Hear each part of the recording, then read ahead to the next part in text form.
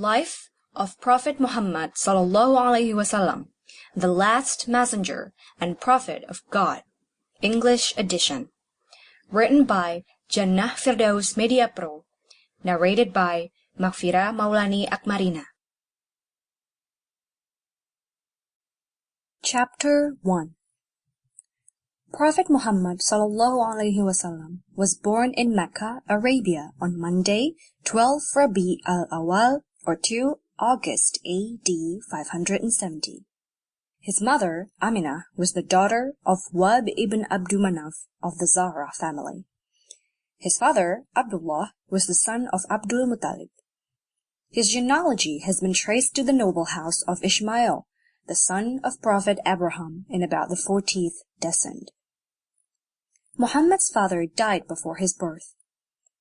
Before he was 6 years old, his mother died, and the doubly orphaned Muhammad was put under the charge of his grandfather Abdul Muttalib, who took the most tender care of him.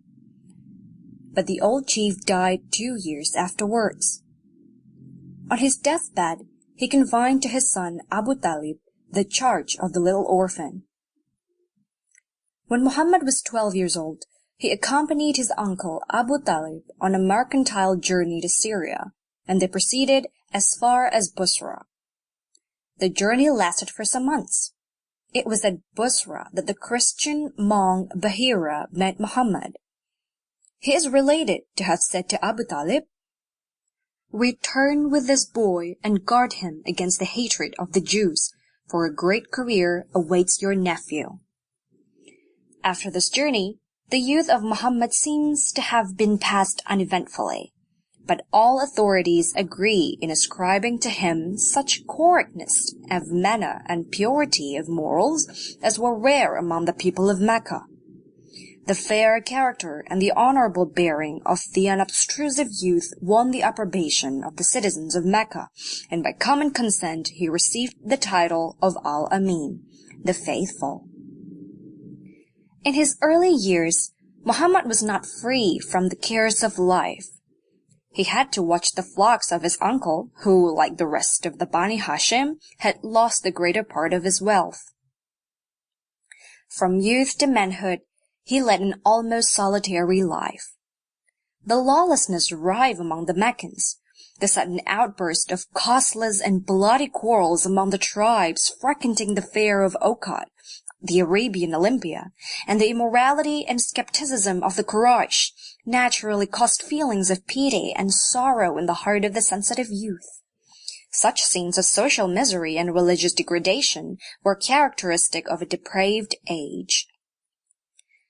When Muhammad was 25 years old, he traveled once more to Syria as a factor of a noble and rich Qurayshi widow named Khadija, and having proved himself faithful in this commercial interest of that lady, he was soon rewarded with her hand in marriage.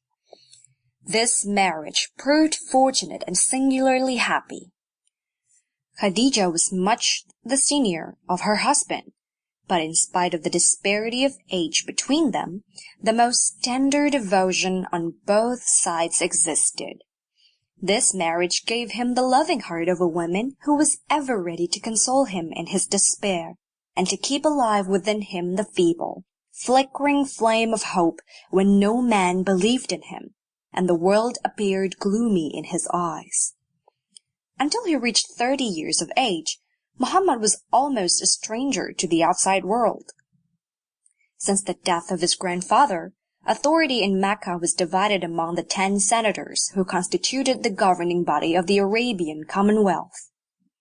There was no such accord among them as to ensure the safety of individual rights and property, though family relations afforded some degree of protection to citizens, yet strangers were frequently exposed to persecutions and oppressions.